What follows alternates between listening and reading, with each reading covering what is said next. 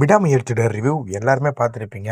நானே ஒரு review video போட்டிருக்கேன். விடாமுயற்சி ரிவ்யூவுக்கும் லியோவோட ரிவ்யூவுக்கும் ஒரு பெரிய சம்பந்தம் இருக்கு. அண்ட் இது இல்லாம மலையாள சினிமாக்கும் இதுல ஒரு மிகப்பெரிய பிளே இருக்கு. இது எல்லாத்தையுமே இந்த வீடியோல டீட்டெயிலா பேசி ஃபர்ஸ்ட் விடாமுயற்சி அண்ட் வேட்டையன் ரிவ்யூவை பத்தி பார்த்தோம்னா, படம் ஆவரேஜான ரிவ்யூஸ் தான், மிக்ஸ்டு ரிவ்யூஸ் தான் வந்தது.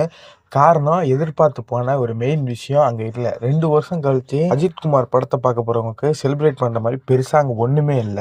அதே மாதிரி தலைவர் படம்னாலும் செலிப்ரேஷன் வேற மாதிரி இருக்கும். முக்கியமா அதுக்கும் முதல்ல வந்த ஜெயிலர் படத்துல அவ்வளவு செலிப்ரேஷன் மெட்டீரியல் இருந்தது. ஆனா வேட்டையில சுத்தமா செலிப்ரேஷன் மெட்டீரியல் இல்ல. அண்ட் இது பல பேருக்கு டிசப்பாயிண்டிங்கா இருந்தது. அண்ட் லியோ படத்தை பொறுத்த வரைக்கும் எல்லாமே பாசிட்டிவ் ரிவ்யூஸா இருந்தாலும் ஒரே ஒரு எல்லாருமே சொன்ன நெகட்டிவ் என்னன்னா பிளாஷ்பேக் சீக்வன்ஸ் தான். பிளாஷ்பேக் சீக்வன்ஸ் இல்லாம இருந்தா நல்லா இருந்திருக்கும் அப்படின்னு தான் சொன்னாங்க.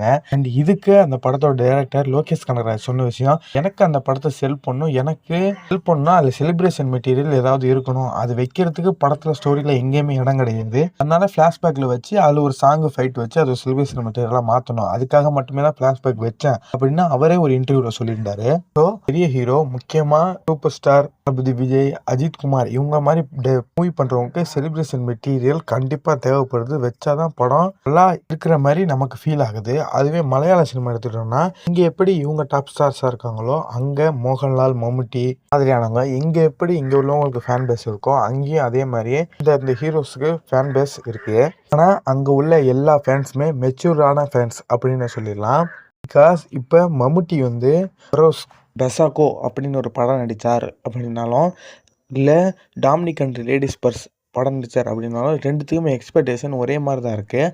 அண்ட் அதுக்கு செலிப்ரேஷன் எப்படி பண்ணணும் அப்படிங்கிற ஒரு மெச்சூரிட்டி இருக்குது. எக்ஸாம்பிளுக்கு டாமினிக் அண்ட் லேடி பர்ஸ் படத்தில் அது எப்படி அவங்க வந்து செலிப்ரேட் பண்ணும், அதாவது அது பெருசாக ஃபைட் சீக்வன்ஸ் இருக்காது, அது ஃபுல் அண்ட் ஃபுல்லி ஒரு த்ரில்லர் படம். அண்ட் அதுக்காக எப்படி அவங்க செலிப்ரேட் பண்ணணும்னோ, இப்போ லூசிஃபர் மற்ற படங்கள் அது வந்து ஃபுல் அண்ட் ஃபுல் ஆக்ஷன் பேக்கடான படம், அதை அவங்க எப்படி அணுகணும் அப்படிங்கிற மெச்சூரிட்டி அவங்களுக்கு இருக்குது. ஆனால் நம்ம இண்டஸ்ட்ரியை பொறுத்த வரைக்கும் நான் முன்னாடியே சொன்ன மாதிரி டாப் ஹீரோஸ் படத்தில் நம்மளை அவங்க செலிப்ரேட் பண்ண வச்சா மட்டுமே தான் அவங்களால சஸ்டெயின் பண்ண முடியும். ஒரு பெரிய ஹீரோ இறங்கி இப்போ விடாமுயற்சி மாதிரியோ வேட்டையன் மாதிரியோ ஒரு படம் பண்ணும்போது அந்த படம் நமக்கு வந்து டிஃப்ரெண்ட்டான ஃபீல் தருது, நல்லா இருக்குது அப்படின்னு நம்ம வந்து சாட்டிஸ்ஃபை ஆகிறது கிடையாது. அதை நம்ம எதிர்பார்த்து போன ஒரு இல்லை அப்படின்னு நம்ம ஃபீல் பண்ணிடுறோம். இந்த ஸ்டோரிக்கு ஏற்ற மாதிரி அந்த ஸ்க்ரீன் பிளேக்கு என்ன தேவையோ அது மட்டுமே தான் அந்த படங்களில் அவங்க பண்ணியிருக்காங்க. அதுதான் ஒரு கரெக்டான விஷயமும் கூட. ஸோ இப்படி பண்ணால் என்ன, எங்களுக்கு அந்த மாதிரி படங்கள் வேறு யாராவது பண்ணட்டும், இவங்க செலிப்ரேட் பண்ணுற மாதிரி படங்கள் தரலாம் அப்படின்னு சொன்னாலும், இப்போ அந்த மாதிரி த்ரில்லர் படங்கள் பெரிய அளவில், அதாவது ஒரு பெரிய ஒரு த்ரில்லர் படமாக ஒரு பெரிய பட்ஜெட்டில் பண்ணும்போது பெரிய ஹீரோஸ் போட்டால் தான் பட்ஜெட் வரும். அதுக்கேற்ற மாதிரி தான் ப்ரொடியூசர்ஸ் பிளான் பண்ணுவாங்க.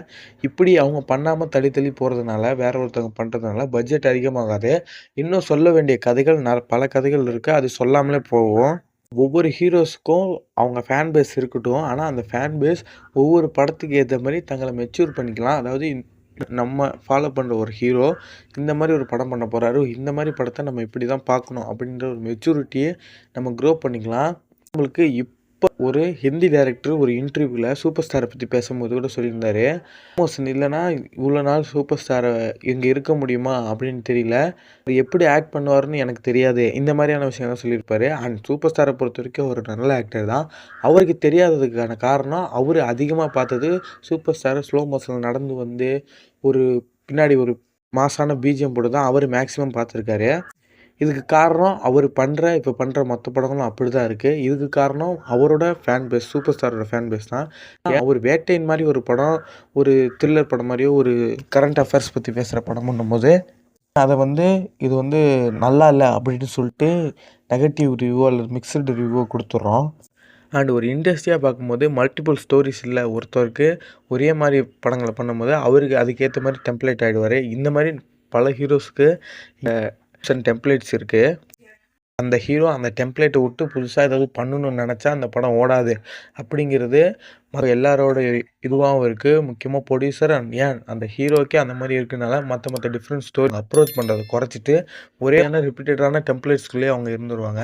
இதனால சொல்ல வேண்டிய பல ஸ்டோரிகள் சொல்லாமல் போயிடுவோம்.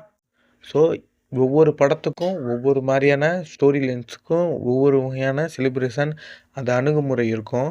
இதை இப்போ வரவங்க கரெக்டாக புரிஞ்சு, அதாவது இப்போ உள்ள டேரக்டர், ப்ரொடியூசர் பல பேர் கரெக்டாக புரிஞ்சு அதுக்கேற்ற மாதிரி தான் எக்ஸ்பெக்டேஷன் செட் பண்ண ட்ரை பண்ணுறாங்க. அண்ட் நம்ம அதிலே எவ்வளோ எந்த அளவுக்கு ரூமர்ஸ் அண்ட் ஸ்டோரி ப்ரெடிக்ஷனை நம்ம தனியாக பண்ணி அதோட எக்ஸ்பெக்டேஷனை நம்ம டபுள் மடங்கு ஆக்கிடுறோம். அதனாலே நம்ம எக்ஸ்பெக்ட் பண்ண விஷயம் அதில் இல்லாமல் போயிடுது. இதனால நமக்கு அன்சாட்டிஸ்ஃபை ஆகிடுது.